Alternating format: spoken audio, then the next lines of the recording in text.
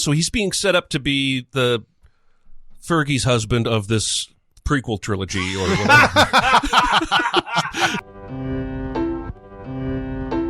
Welcome to SinCast, presented by CinemaSins.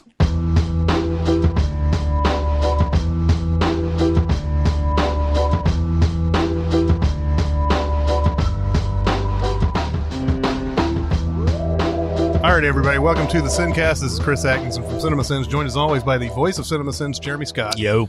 And from Music Video Sins, Barrett Scher. You've got the touch! Yes.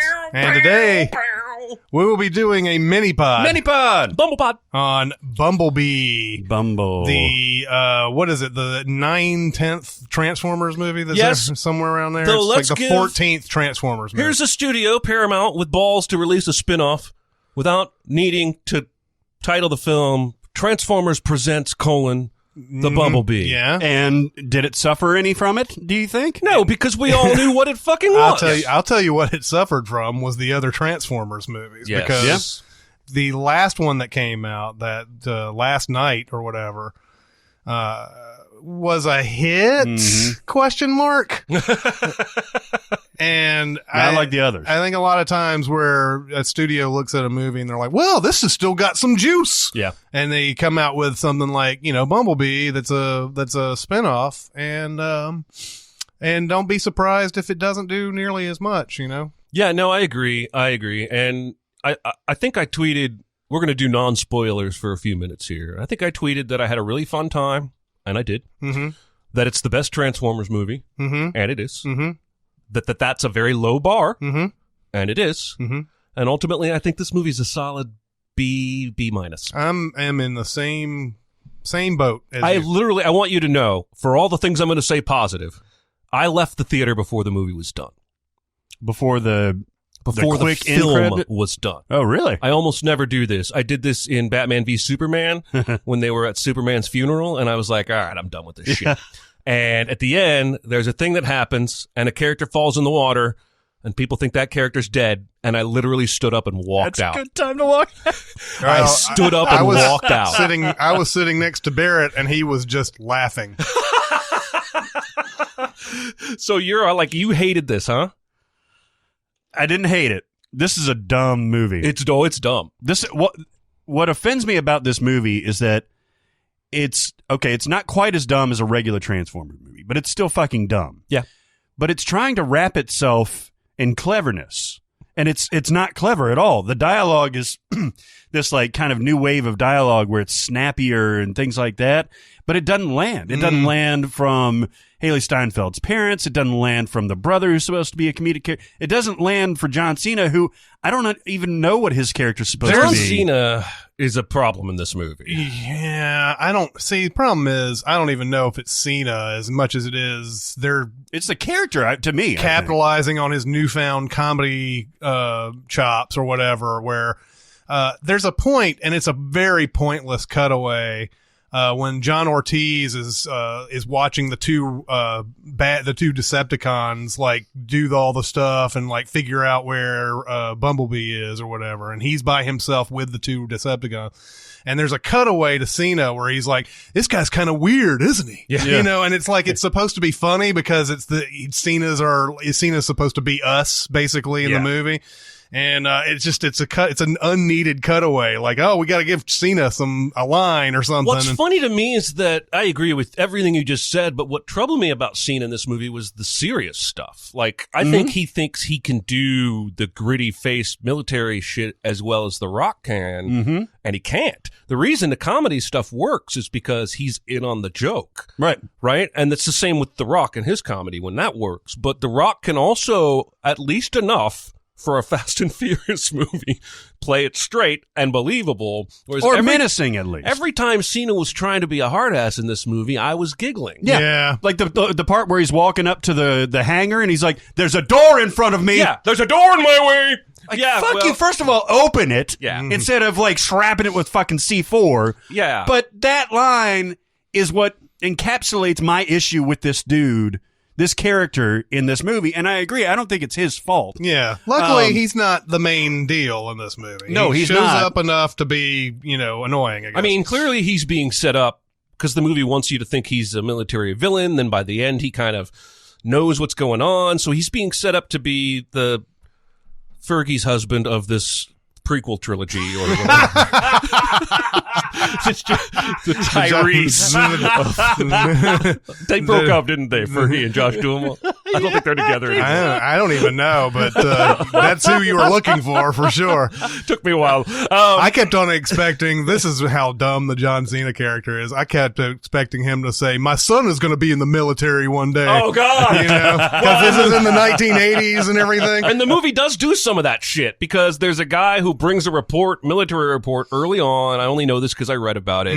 And it's John Turturro's character as a young, because his name badge says Simmons, and he's like delivering this report. He's only in one scene. And I read an article. So it wouldn't surprise me if the movie tried to do something like that. For a second, I do want to talk about what worked for me. Hailee Steinfeld worked for me, really, and not just because she's pretty. She's a good actress, and she is the most humanizing, connectable character we've ever had in a Transformers movie. And I thought Shia was okay in the first one. She's trying. You can tell she's trying. She's trying, and what works is the stuff between her and Bumblebee, the Bumblebee fish out of water stuff, which ultimately is nothing new, and that's a detraction for the film, but it still works. When I was smiling and laughing, it was the scenes between the two of them, when she's putting in the tapes and he's spitting out the tapes he doesn't like, when he's trying to hide under a rock that's way too tiny. All of that Iron Giant stuff worked really well for me. It just was derivative. But that's when the movie shines, I think. You bring up Iron Giant, and I'll bring up another one that Iron Giant favors, E.T. E.T. is a lot of E.T. in this. And of course, Spielberg is still an executive producer on all this. I think what worked for me and why I ended up basically liking this movie is that it's not all over the place. They're not looking for a stupid, artifact and all over the world, and it's not, I mean, the movie's long, but it's not 2:40 or whatever, what it usually is. It keeps the action very simple. There's 2 Decepticons, and then there's 1 Autobot, and the others are out there somewhere else doing their bullshit. It's just these 3 robots, and it just keeps the action nice and contained. And Hailee Steinfeld, you mentioned her. It's like I was thinking about her career so far. Like, she likes to play these type of characters, that they aren't all with it.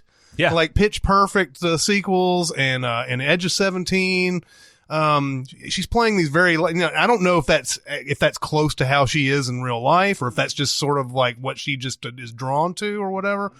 But I'm really enjoying this, how it is the most relatable character in the whole Transformers franchise. I mean, it's crazy. After all this time, they finally found somebody. Yeah. That's worth watching in movies. And it's also nice that we're talking before about, in outtakes, about the difference between a man shooting a female character and a female shooting female character. This was written by a woman. And there's a part at the end where it's, cliche all the way through and everything, and then you feel like these two characters are going to fall in love.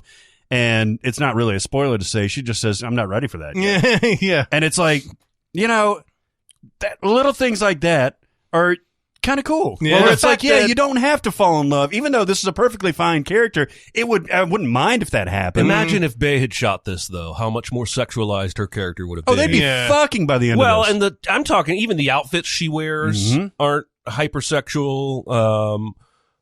I feel like that was intentional. Maybe it was because a woman wrote it. Maybe the director was just sensitive to the fact that we're not going to sort of exploit that angle of it. And it was sort of refreshing. I like what you said, the simplicity of it. Going small in story works. Yeah. A lot of the problems with Transformers movies are still here, though. When the robots are punching and fighting each other, I really don't know what's happening. And I really don't know all movie long how to know when a cannon blast might utterly destroy a Decepticon and when they might shrug it off. Or when a sword might literally go down through the middle of an Autobot and kill him, cutting him in half, and another time just be deflected. Yep. And it's very marvelly of this movie and these Transformers movies. And so I felt like it was edited a little less choppy than a Bay Transformers movie, but in terms of the robots fighting, it's still incomprehensible noise to me, which is, again, why the stuff worked best for me when it was humanizing, when he was trying to learn what it was like to be on Earth. Well, yeah, and the military stuff is the same fucking thing. Yeah. It is always going to be that when you have the military involved in these Transformers movies, they're all going to be kill, kill, kill, kill, kill. And then if that one's not kill, kill, kill, then we're going to go to that other one, kill, kill, kill. And they have no clue what they're doing. And I understand that, yes, they seem to be a threat. But then, like, the guy in charge is like, well, you know, we'll let them use our shit and then we'll fuck them up and that kind of thing. So there's no reason for the military to be there. You're right. The stuff in the garage, the stuff with Bumblebee and Hailee Steinfeld's character, Charlie. Adorably named, by the way. Well, by the way, second movie this year where a girl's character's name is Charlie. What was the other one? Hereditary was the other one. Oh, yeah. Interesting. Well, I like it a lot. And is it Memo is the dude's name? Yeah, Memo. Memo. Is that her neighbor that likes her? Yeah, her neighbor likes That him. was okay. I could have done without any of that. He was like 15% too wackadoodle. Well, and he just, not because they didn't end up getting together, but nothing he does is important. They even write a joke about it where he's like, I'll stay behind and hold these guys off. Yeah. And she takes off and the cars just drive right by him. And he's like, oh, that didn't work. Yeah. He was pretty worthless to the story. But now, I don't know about you guys. I watched the cartoon in the 80s growing up. I bought all the comic books. This movie, at least in tone, is the closest they've ever come to recapturing that old cartoon in terms of the feel, the vibe. And that may have been the reason I ultimately came out of it wanting to first and foremost say, I had a really good time. It's flawed all over the place. And again, I think the problem here, this is a lot like Wonder Woman. The problem is we're so tired of these fucking movies being so average that one comes along that's competent and we end up seeing it as perfect, great, or outstanding, and it's not. It's none of those things. It is going to be a hit across a lot of demographics. I went to see it with Chris and then with my wife and son. And my son loved it because of the tech and all that stuff and all the visuals. Yeah. My wife ended up crying twice. Wow. In a Transformers movie. Wow. She's not proud of it, but she's okay with me telling the world about it. She's not proud of it. But there were times where there were touching moments between fathers and sons and Bumblebees and Steinfelds. Yeah. Where it was genuinely moving. And I looked over and I was like, are you fucking kidding me? But she really liked it. When you have three people come out, Chris, having seen so many movies with the different critical eye, my son who's just like, show me robots kicking ass, and then my wife that connects with the emotions of it, I feel like that's a pretty good sign for this movie going forward, is that it does appeal to a certain amount to a span of demographics. I will say, I was not one of them. It might have a weird, this doesn't usually happen with, movies that are the fifth in the franchise or whatever. But it might actually get like that after it's been released, some people who watch it at home type of following afterwards.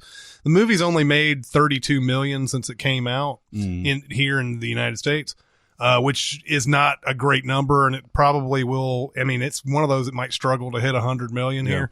But it might be one of those that gets sort of a following, and if it does, then you might see more, which is not the best thing in the world, but I'd prefer this line of thought to a regular Transformers movie. Me too. For sure. In fact, before we moved to spoilers, I was dreading it because there was a scene where they're like, we're going to call in the cavalry on both sides, basically, and I was like, fuck. We're going to have a battle royale at the end of this movie with all kinds of Decepticons and Autobots, and it's going to kill whatever goodwill this movie has brought up. And they didn't do that. No. And I think it should be applauded for that. So let's get into spoilers and all the other bullshit. I'm giving this a solid C. You gave it a B-, and you're kind of somewhere around there, B-, yeah. Let's get into spoilers, because I got something to say. I got something to say. Let's hear it. No spoilers! Kevin Spacey is Kaiser Soze. Miss Luke's father is actually Darth Vader. She's the sister and the daughter. They just No. I'm reading the books. All right. Bumblebee dies fucking 3 times in this movie.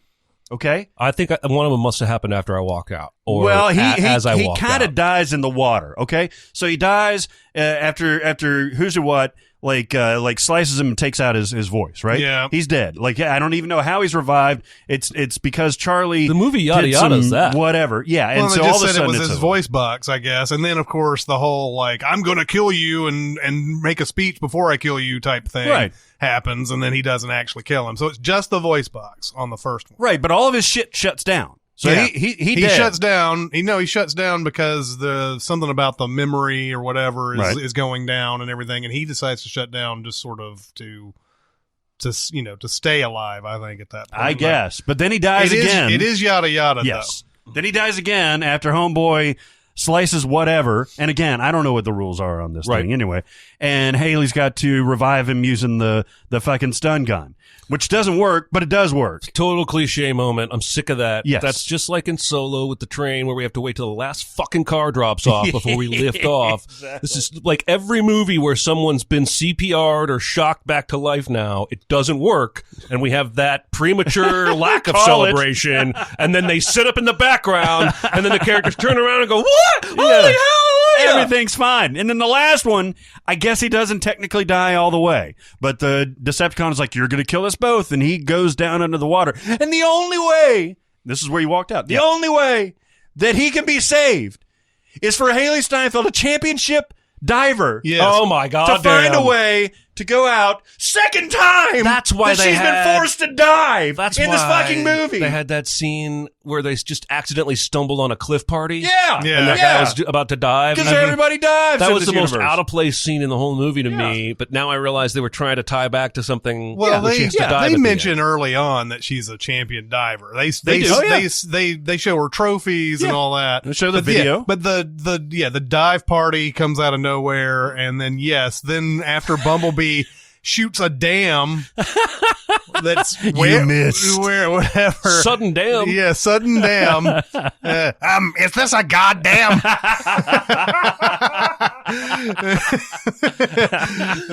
He shoots the dam, and all that water comes in, and he's like drowning and everything. And it's like, as soon as she's up high, she's Yes. going to die. Yes, it's going to happen. Yeah. Oh my God. That one, well, the first one made me laugh because I was like, this is a very, very rare asset to have as being a championship diver. We would never use it. If you left the world of diving behind, By the you're way- never going to accidentally happen upon a dive party This is on like the the side of a cliff. gymnastics in Lost Yes, World, it right? is. Yeah, it is. It's almost like I was about to tell Barrett, I was like, it almost sounds like they wrote this movie and they were like, oh, well, how are we going to save him at the end or whatever? It's like, oh, I know, she's a champion diver. And they wrote in like, oh, there are trophies, and then there's the dive party, and then there's this. I don't understand. Like, I don't think we ever know why I'm assuming she quit because her dad dies. Yeah, I think you may have gotten up during this part. There's a part where Bumblebee actually throws in like a VHS copy of her dive. No, meet. I saw that. You saw that, and her dad's like, "Oh, she's amazing." Blah blah blah blah blah. Yeah, no, I saw that, and but there wasn't any like reasoning behind it, like like her, she was at her diving championship when her dad had a heart attack. That was the last time she saw him. Was that the last dive time? meet. Okay, Yeah, so yeah. then so that's the reason why she doesn't dive off the Yes. cliff. I can't nothing dive anymore. Has nothing to do with like her doing a Greg Louganis or something where she hits her head. Although I was waiting for that when she did that platform thing. I was like, yeah. So and we were talking about. You're talking about that when Bumblebee first gets to planet Earth and everything. I have a lot of questions about that too, by the way. First off, Optimus Prime sends him to Earth to protect the planet. mm-hmm. Not even that so much as like that we're going to do a base there. So just go make sure Decepticons don't discover it. Yeah, I didn't understand any of that. Me neither. Like none of that. And then they show up immediately. Yeah, but he's supposed to be there to start a base. I guess. Yes. I don't know. It didn't really make any sense because he doesn't get a chance to do that because he crash lands right into a military, training thing. Mm-hmm. Everyone who crash lands on Earth in this movie does so in a very convenient place, and where there are lots of witnesses, and it's very baffling to me. Well, and I don't even know why they have to crash land anyway. They look like asteroids coming down. Like we see at least one of them goes down without having to crash land on the planet because it's the plane. John Cena comes in and he says, oh, who called in the Air Force or whatever, right. and he's like, that's not the Air Force. Yeah, and like. So that guy didn't have to crash land, and I think all of them can basically fly. Yeah. So I don't know why they all have to crash like asteroids. And then, of course, we were talking about that before, where in one of the it was in the Avengers video, I think, where like the stuff's crashing on the Earth, and it would cause way more damage. And in this case, Bumblebee coming down as fast as he is, it's just a mere, it's an explosion. It makes people throws them away, throws them towards the, for about 10 feet or something, but not like the real super damage it would really cause. Yeah. Yeah. Let me ask you the biggest question I have out of this movie. Mm-hmm. Why the fuck would the Decepticons ever need Earth's permission to tap into their goddamn satellites? They make a whole big plot point out of, we're going to let the robots tap into our satellite network. Mm-hmm. We're going to use that to our own advantage later. But I'm like, do they need help for that? They need permission? I guess if they get into that central They're area. Fucking futuristic space robots. I agree. And then the military leaves the science guy alone? Yeah. There was a lot of times people cleared the fuck out. Decepticons? And of course, we're supposed to also believe this is like the birth of the internet, too, which is in the 80s. Yeah, thank you, Decepticons. Web / Al Gore. It's like I believe, I'm pretty sure internet was before this, but maybe not to the scale that they're thinking or whatever. Revolutionizing it. Yeah. Okay, good, great. Did you like the effects here, especially on Bumblebee himself? I was impressed with the ease of which that he toggled back and forth. Yeah, and I thought it was used for laughs. I thought it was done, especially when he becomes the car and the car bounces a little bit. Yeah, like I kind of found that charming. It continues to annoy me that every single one of these movies shows us a transform that takes 35 glamour seconds shot from the ground, and then later in the movie shows that they can do it in a half fucking second. And when her mom comes into the garage, he doesn't even make a noise. Yeah. Not only does he transform from robot back to car, but there's not even anything audible. Yeah. That's a cheat. Yes, it is. Come on, man. Try a little harder is all I'm saying. I want to talk about the 80s stuff because it was so lazy to me. Like, it felt like they were ticking boxes. Yep. Like, if we put 4 80s songs in the first 12 minutes of the movie, everyone will love us for the nostalgia. It was more. I was counting. And then the movie went, hey, remember Alf? And then the very next scene went, I said, hey, remember Alf? Yep. Yeah. Yep. That it was as soon as Hailee Steinfeld shows up in this movie, there are 4 right in a row. Yeah. 4 songs right in a row. And the Alf thing is another one of those throwaway, ridiculous lines that did not need to be in there. Like, his is for humor. It's your Friedberg Seltzer way of making a joke. Hey, remember Alf? Yeah. Huh? And that's what he does. He just like, I got to see what Alpha's up to and this week. And then it cuts back to her house, and her family's watching Alf. Yeah. No, I agree. No, they had totally overstuffed. I think within the first 20 minutes or so, there was around 7 or 8 like different musical things, and some of them were new wave stuff and Elvis Costello and stuff like that, and some of it was just like Tears for Fears or fucking. It was haphazard. I never really go back, and nobody really goes back and looks at this, but those songs weren't all playing at the same time during that era, right? Were.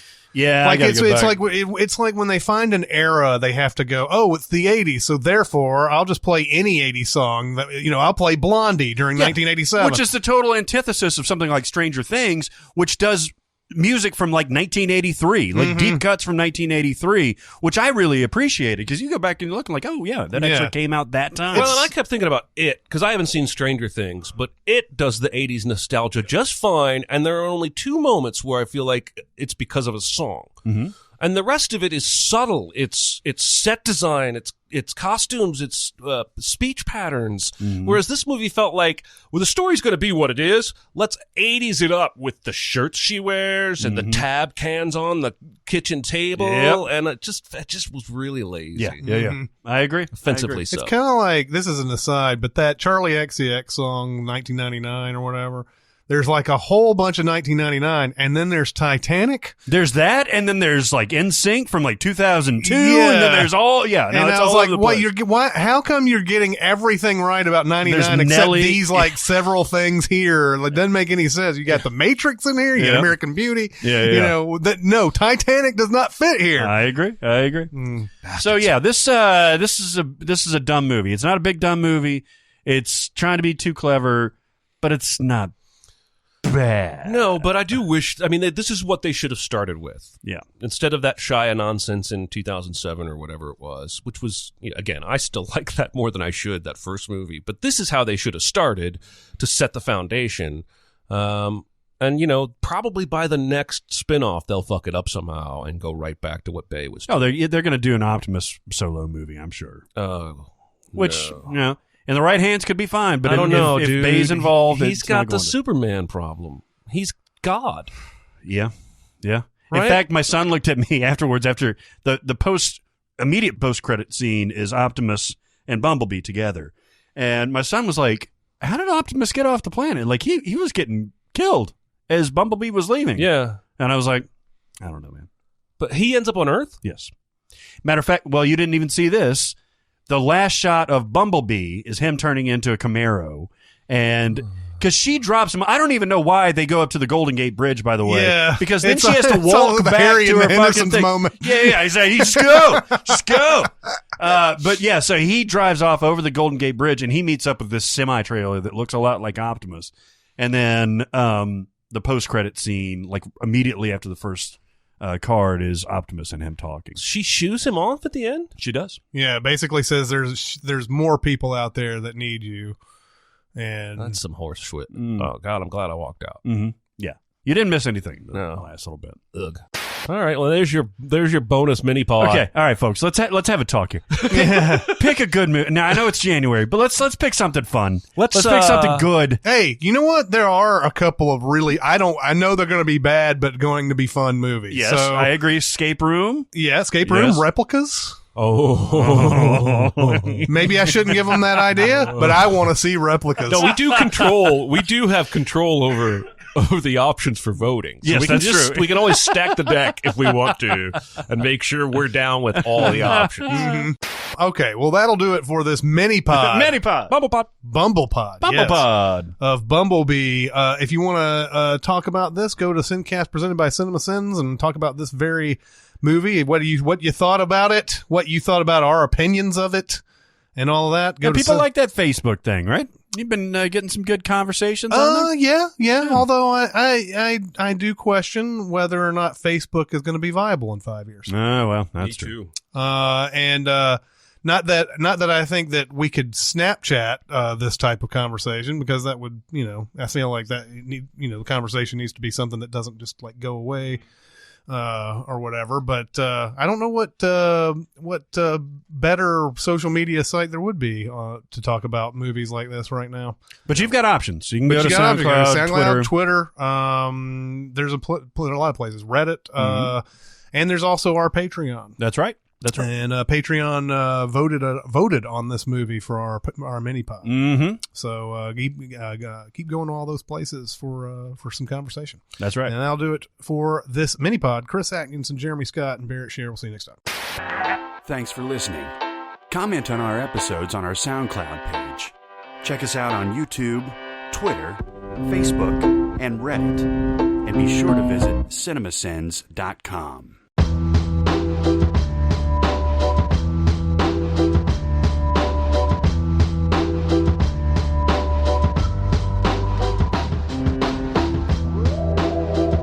I want to refresh my memory how this song goes, though. So this will be obviously cut out. You got the touch. She's like Pop Anne of Green Gables. Yeah, she's just one of the cutest girls I've ever seen in my life. Did you see that trailer? Did you have the trailer in front of your Bumblebee that I did, where it's like this girl? It's like Welcome to Marwen for kids. Like she invented some Wonder Wonder park. World? Okay. Yeah. Okay, so I saw that trailer and I was like, how the fuck is that movie coming out and Animal Crackers isn't? I had the exact same fucking thought at the exact same trailer. I agree. Is that what it's the amusement park one, Yeah. right? Yeah. I was like, how did this get funded? Because there's only like one name person. That's the thing, is the trailer, I don't think the trailer even showed me any names. No. If there's a name in it, the trailer doesn't go out of its way to say, and Jason Biggs as, or whoever. Jason Biggs. Lori Loughlin as Aunt Mary.